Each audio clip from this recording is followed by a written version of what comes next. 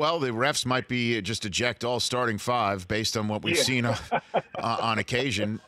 Is there? How do you, Greg, knowing what's going on the court, having been in this game yourself, how do you lift the lid off of this boiling pot and turn the temperature down between the Zebras and the players right now, Greg?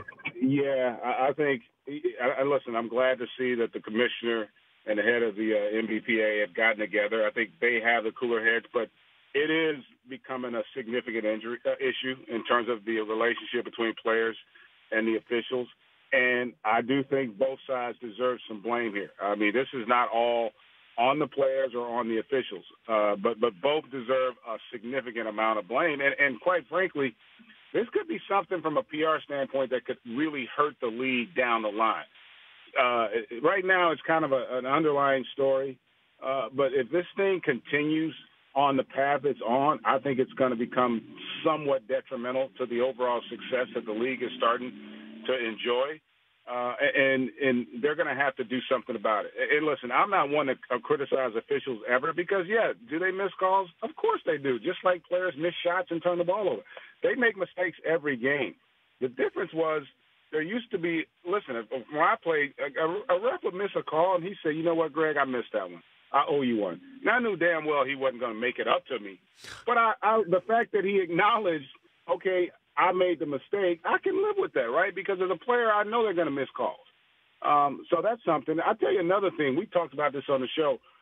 I think because of the way the game has changed, they're going to have to seriously think about having 4 officials because you have to now officiate a much larger court. If you think about the half court, when I played, you worried about one guy shooting a three.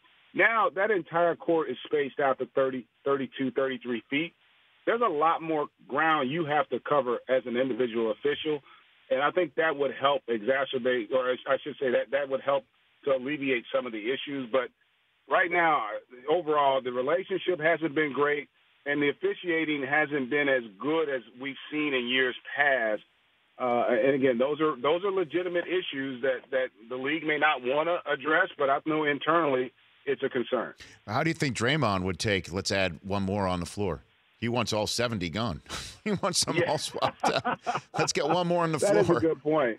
He wants a little WWE action out there. No, but I just think it's something to consider because the game's just evolved, man. Rich, you and I have been around a long time. When I was a young player and when you were working at another network, the game was so drastically different. The skill level was different, too. The guys weren't shooting from 28, 30 feet. You weren't running offense 35 feet from the basket. You know, you were trying to get it into a certain area.